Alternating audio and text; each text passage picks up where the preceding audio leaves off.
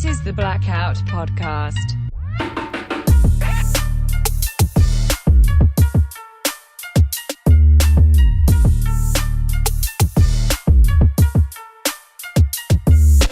Hi, Regine. Hello, Israel. Thanks for coming in. I remember the first time seeing your name. My friend Kelly had a character in a film called Regine, right? Mm-hmm. And then I read the script and it's Kelly. If anyone made that film, if I saw that film anywhere and like Kelly did it, I wouldn't even doubt. Yeah. Because it's just her person. It's the style of movie she'd make. Mm-hmm. And then I'm like, who is Regine?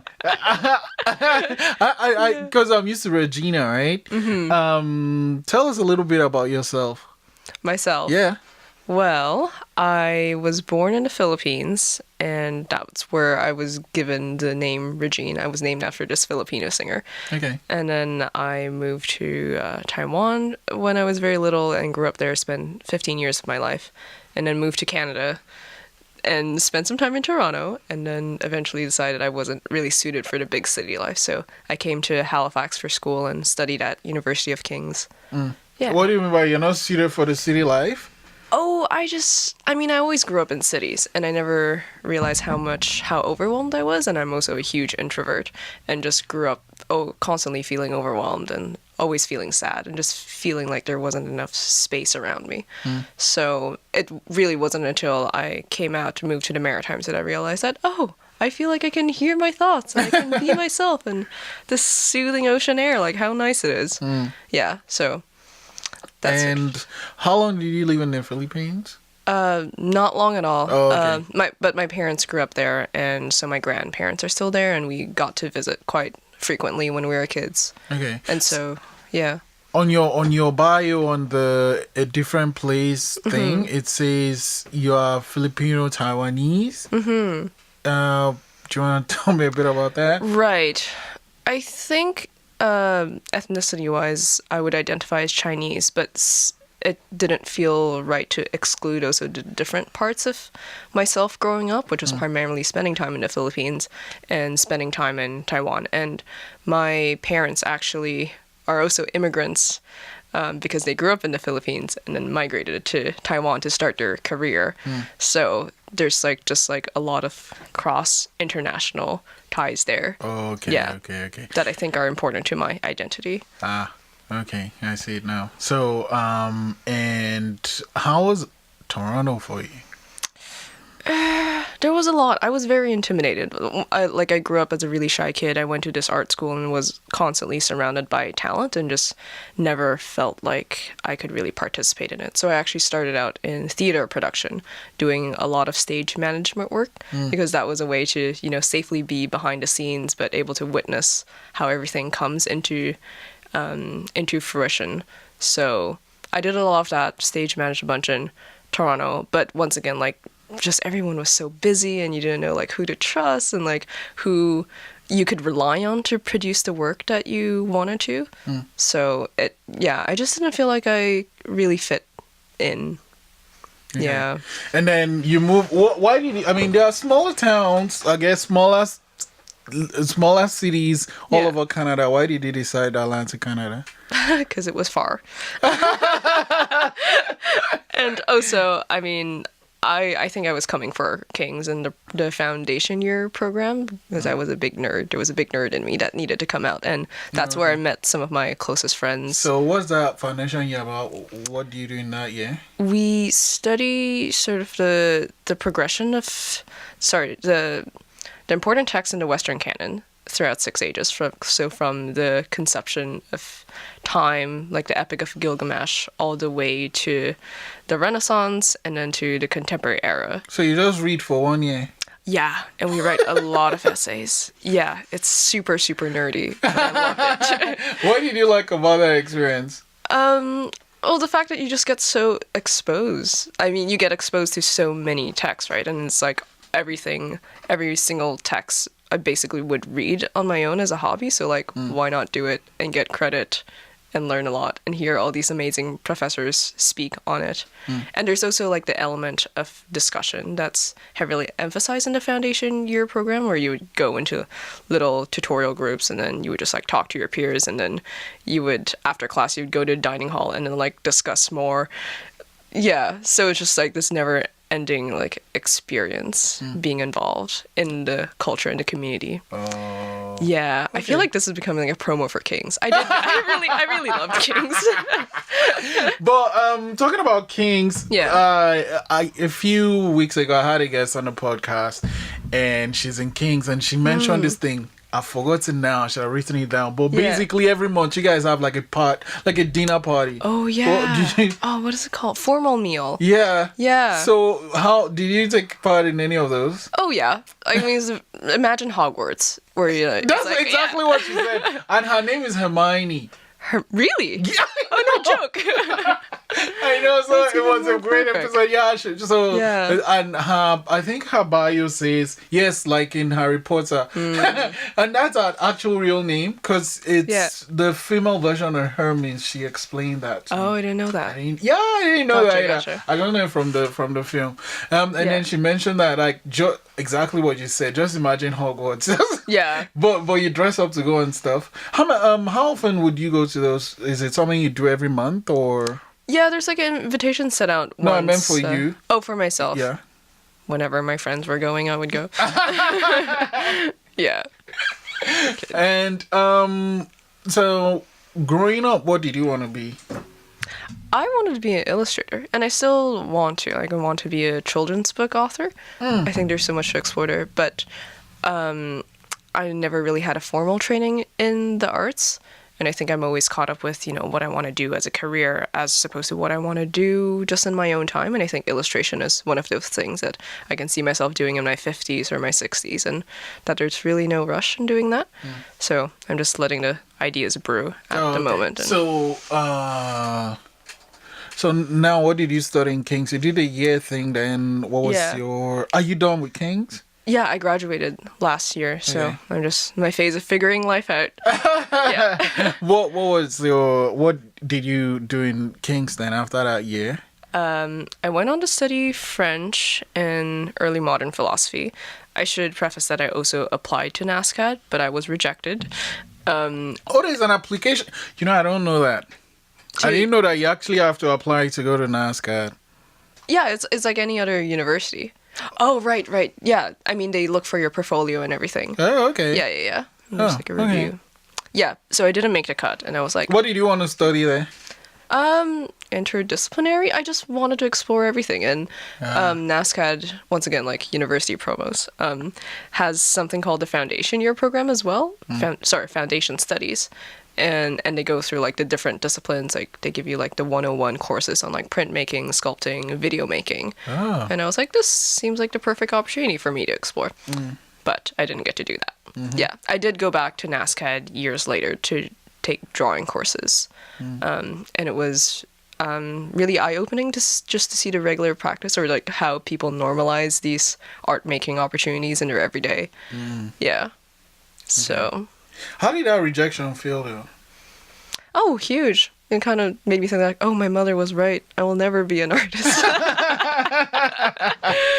Yeah. Are you an only child? Do you have siblings? No, I have 3 other siblings. Are you the eldest? I'm the middle.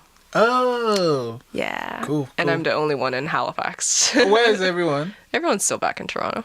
How often do you go back home? Once or twice a year.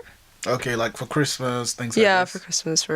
We do my parents live in Asia still, but we all go on a family reunion at some place in the world. Oh, okay. Yeah. So. What was the last one? Taiwan, actually. Yeah. Oh no, it's Hong Kong I'm thinking about. Never mind. Yeah. But how's Taiwan? Taiwan is really small and humid.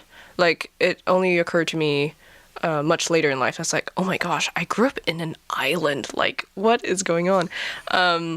It was a really interesting place because I think now, being away from it, I have a lot of fondness of it and appreciating just like how nice people were all the time. Like, despite all the shitty politics that were going on, like China's trying to colonize us. Oh yeah, that's what I was thinking about. I don't know why. So it's not Hong Kong, it's Taiwan that has that. It's Taiwan. So what it explain that thing again for me. It's like Taiwan says we are this person and China says no, you are in China. They want Taiwan to be part of their territories, and I think Taiwan is being bullied on just across international platforms because China is always threatening, saying that, oh, like if you recognize Taiwan, then we're gonna pull out our business, etc. Like using their power.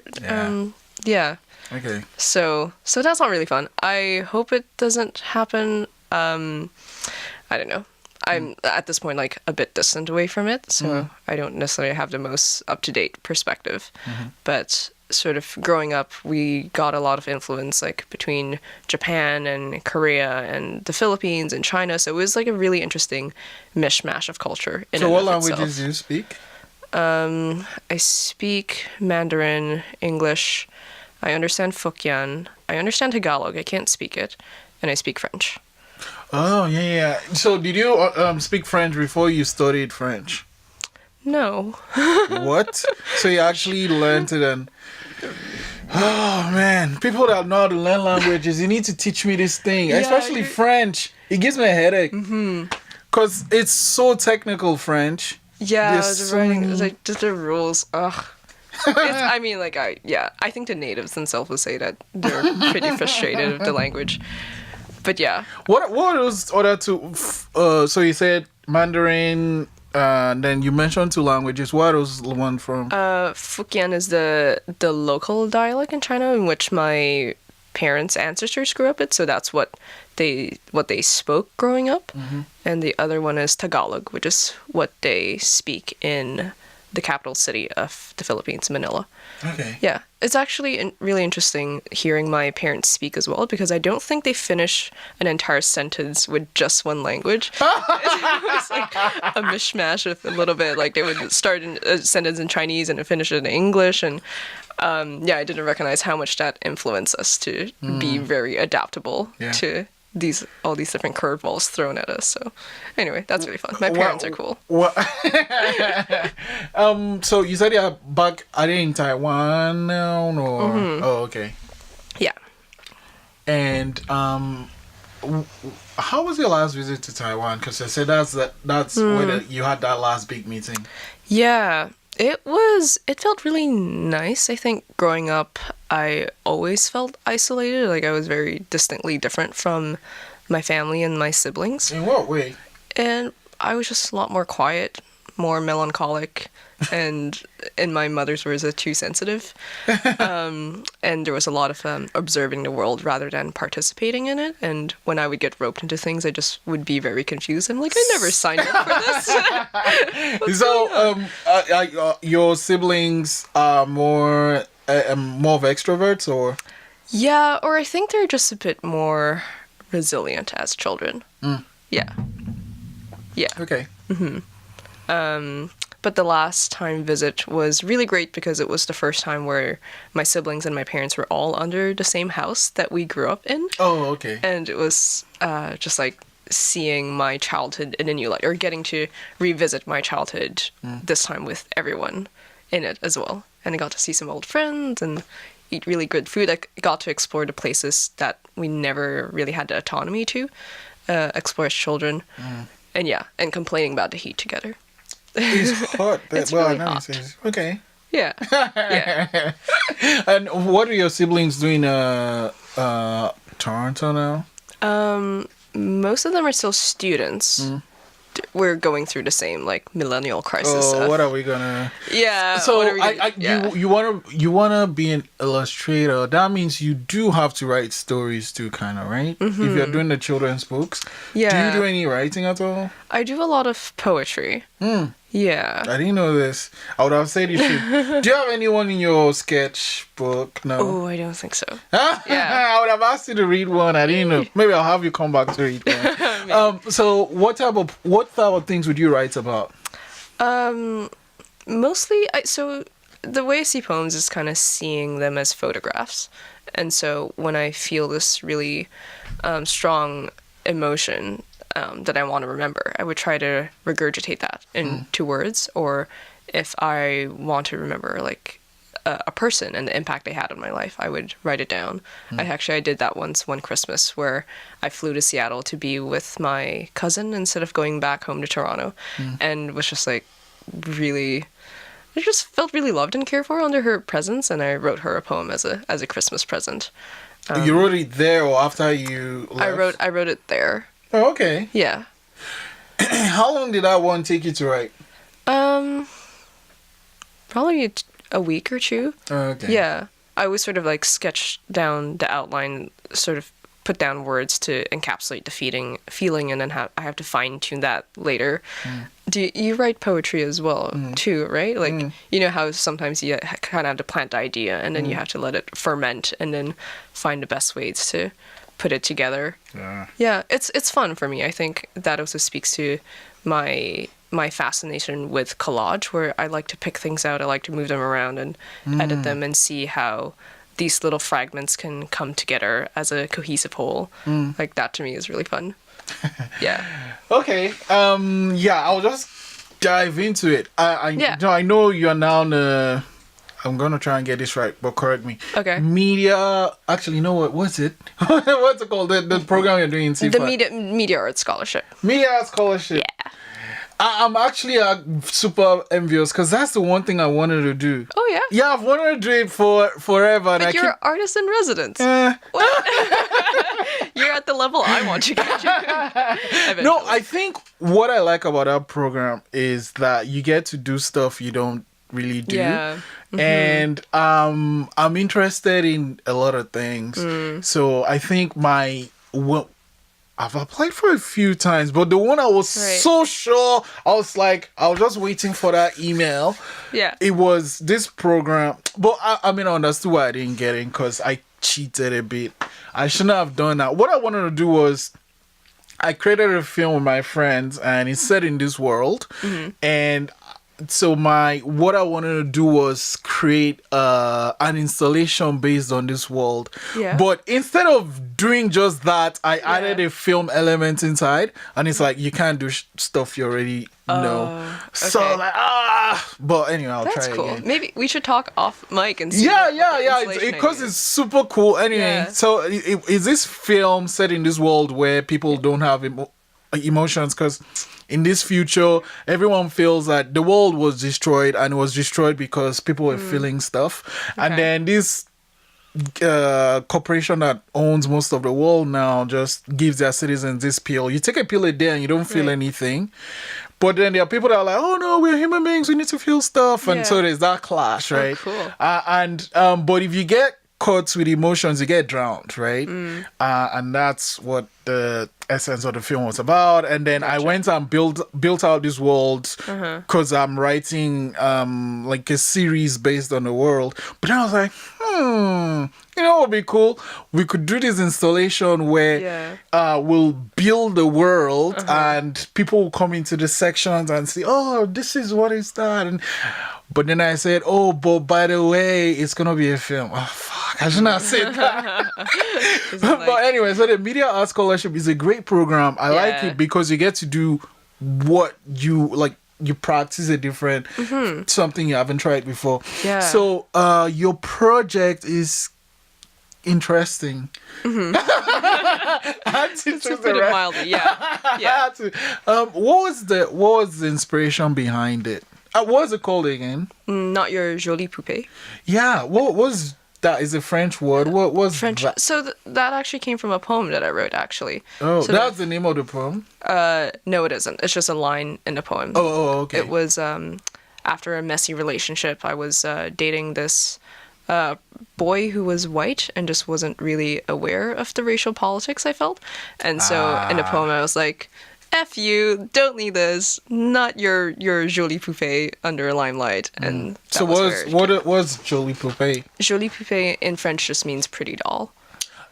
Yeah. Okay. Yeah. Which now you realize it's like everything makes sense. Yeah, it does. It does. okay, but I'll Yeah. let you tell me more about it, and then I'll say what I kind of think. Yeah, I'd be interested to hear feedback. But that was basically a very outright, basically like fuck you to the world, and like no longer playing by your conventions, like no longer living under your assumptions. And this is me going to just like throwing it back at their faces. The whole title is actually like Not Your Jolie Poupée, and in brackets like for the men who leer, jeer, and sneer. I don't know if you saw that in the program. But Yeah. so going out there with a punch. Yeah. And how did you decide the different elements you created? That's a good question. I'm not quite sure, because I noticed just at the very final day of installation, it was just taking up so much time compared to the rest of the scholars, and I was like beating myself up for it. No, man. You know what? I always say, if you get an opportunity to do something, go crazy. Yeah, go that's crazy. true. Because you know what? If you didn't do that thing you want to do, you always leave with that shit. I should have put that one that's more true. thing. So you know what? You did it, and then it was ready in time, right? Yeah, it was. Exactly. But Tori was telling me afterwards, Tori, the program coordinator, CFAT, was saying afterwards, like, yeah, you did the equivalent of 3 projects. Like, no one has ever made that much stuff as you did. I was like, oh, that makes sense. But when I set out to do, I was like, I want to do an installation, and I feel like I need different elements to the installation so that people don't feel bored or feel overwhelmed by seeing the same thing. So that's why I set out, okay, I want paintings. It started out with illustrations of me drawing self-portraits, and I really liked those, really wanted that to be part of the show. But then I was thinking, the new media element, I think I should make a video with the tools that I have, and then a self-portrait that I always wanted to be part of the show, just sort of a way to engage with the viewers or to confront the viewers for having my presence somewhat there. Yeah, so that's why there's so many elements to it. And the sound design was this. Yeah. Yeah, those were extracts from different porn snippets, and just like very ubiquitous scenarios where Japanese porn takes place. I'm glad you picked up. I don't think much people notice. I miss things. Let me not say that. But I think, to me, when I go into a space, I'm like a James Bond. I'm always trying to find the things that people don't look for, and sound is super important to me. One thing I've learned from making films is you can make a shitty film, but make sure your sound is great. Yeah. No matter how amazing your film is, if your sound sucks, people won't understand why that film. They'll just feel, I don't know. Have you seen the new Spider-Man? I haven't. What about it? It's great. Okay. You should see it. But the sound design is amazing. Oh, okay. Yeah, cool. It's animation, right? Yeah. And it's Spider-Man, and it's cool, and it's just a, you know what? It's a perfect film. Okay. Yeah, like I can't say, I don't like this. I mean, I know there were people that had the issue because Spider-Man is black, which is stupid because there was a pig. There was a pig that was a Spider-Man, and Anyway, point is, sound. The sound in that film was great. There was a scene where they went into the building to steal something, and then they were going through the trees. Ah, man, it's just great. Anyway, you should see the film. Yeah, I agree. So sound is super important to me. There was another installation that I missed the point of, but I'll go back there to check it again. Cool. And it's supposed to be sound based, but I think I didn't experience it the way I was supposed to. Right. So I'll have to try it again. But yeah, when I was there, and yours, it was a fuck you. So you got that part across. It's like it stays in your face, and now when you say the whole pretty doll, it just makes sense. So Geisha. Is it Memoirs of a Geisha? Memoirs of a Geisha, yeah. It's like super huge, and it's a great film. It's well made, and when you said that it's from a line in a poem you wrote because of it just tied it all together. Because being Asian, being stereotyped, and I think a lot of people do it without realizing that, and so It's the like- whole point of shows is like Yeah. bringing awareness. Yeah, you know, because you're small and dainty and Yeah, it's Oh, you're so yeah. cute. Like, yeah, I get that a lot. so, but it's so the portrait you put in there with the thing projecting words on it. Yeah. What was that about? That was about. So wait, there was like Yeah. 3 different layers of words, right? There was like I understand you or Oh yeah. That I added at the very end just because I got to a point where I felt like I was being too angry, and I felt like if I kept throwing all these words and showing people how angry and frustrated I was, that they might just shut off. Like there's always a fine line with that. Like you wanna challenge the viewers, but you also don't really want to tip them over the edge, that they walk away with nothing. So that was sort of my way of reconciling showing the violence, but also showing that there's a place for healing, especially for other survivors who have gone through a similar thing. But that painting was sort of a visceral representation of what assault feels like, because the way it works is that you see the painting from afar and you just see a silhouette of a person, but when you approach it closer, these words jump out with you, and it's very, I think, quite similar to how catcalling and street harassment works, where you're just like going around minding your own business, and then like some person jumps out, says something, and kind of like ruins your whole day. And all the text there is actually all things that I have gotten as a person of color. And also some racial slurs also from my friend who has received them. Oh, but you're Chinese or something. He said something like that. Yeah, He said there's I like, was like, Chinese bitch and China. Yeah, get that a lot. Yeah. Yeah. Did you decide on the sequence those words came on the photo, on the painting? No, not really. I mean, there's the slurs, and then there's the words that were coming from myself. Yeah. Okay. Or also words that I kind of wish that I've heard much sooner.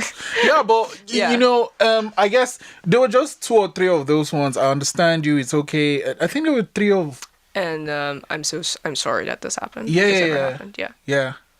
Which one of those did you hear, and which one is from yourself to yourself? I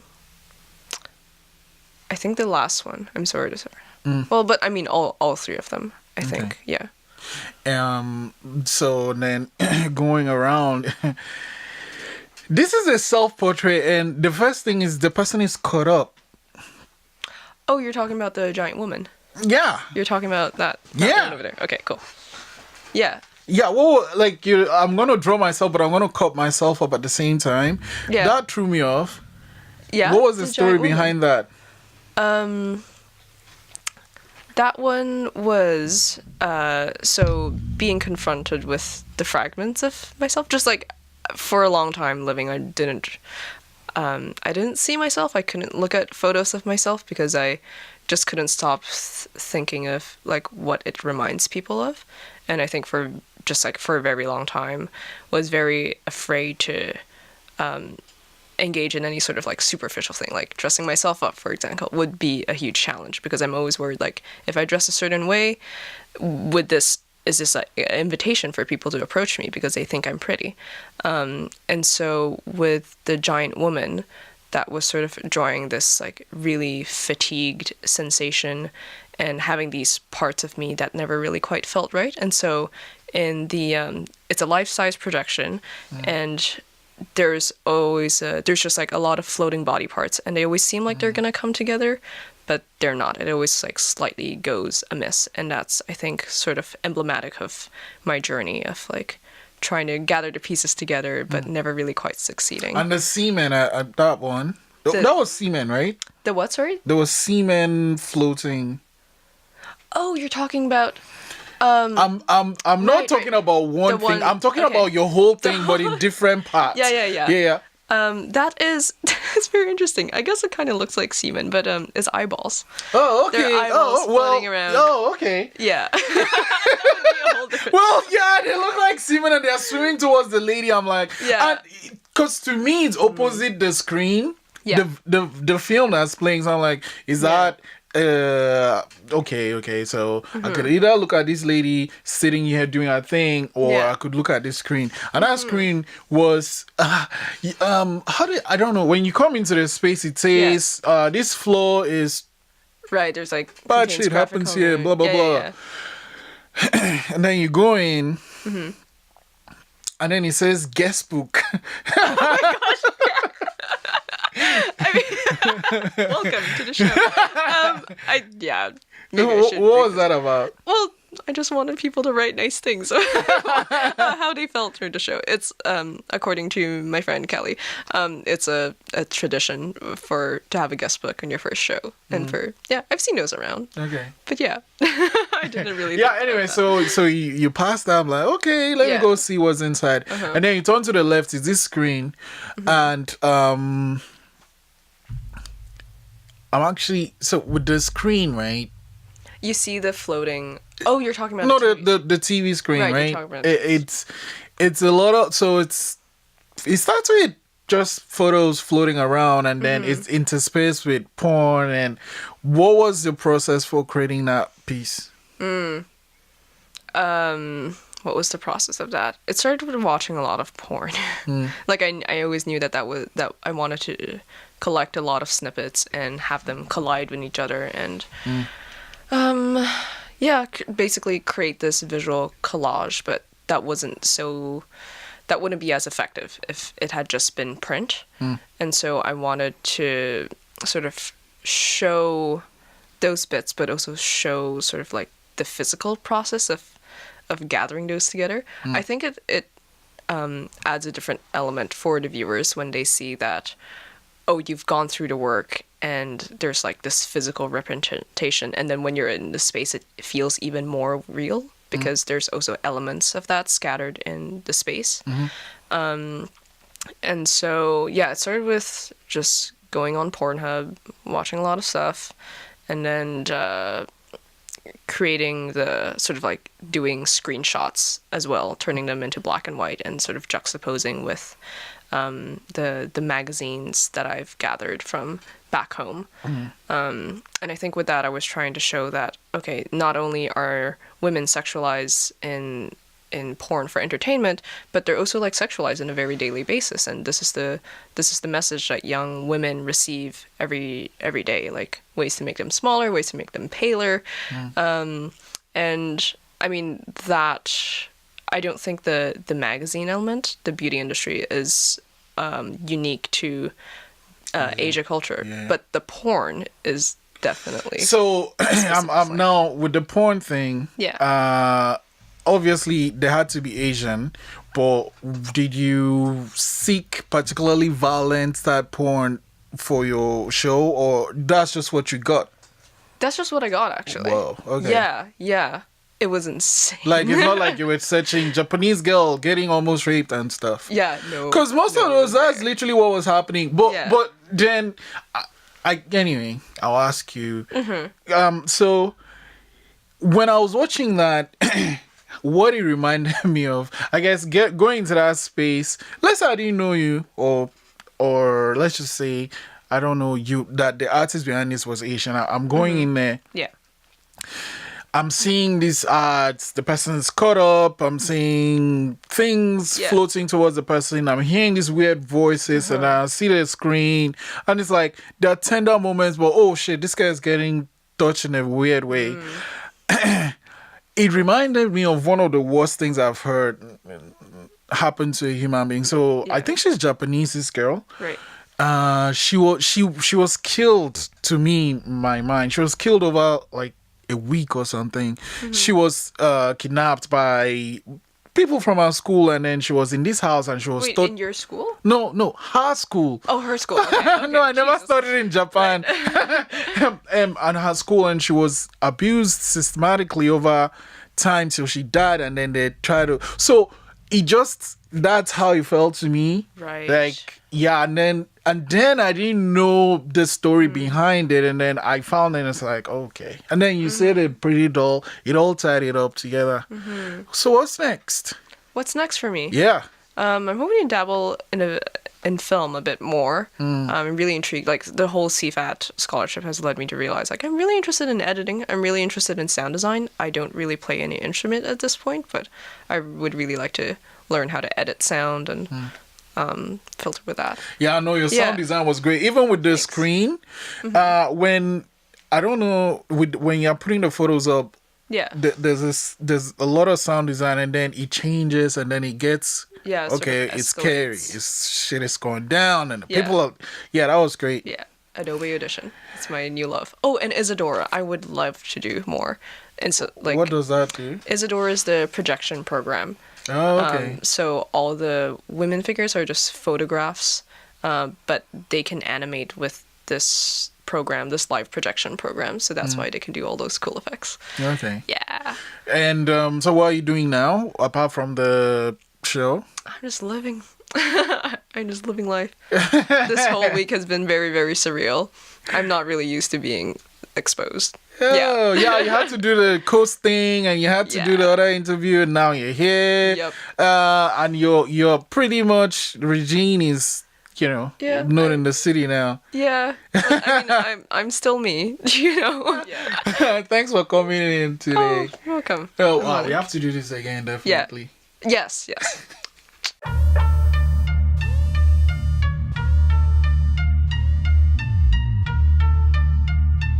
This is the Blackout podcast.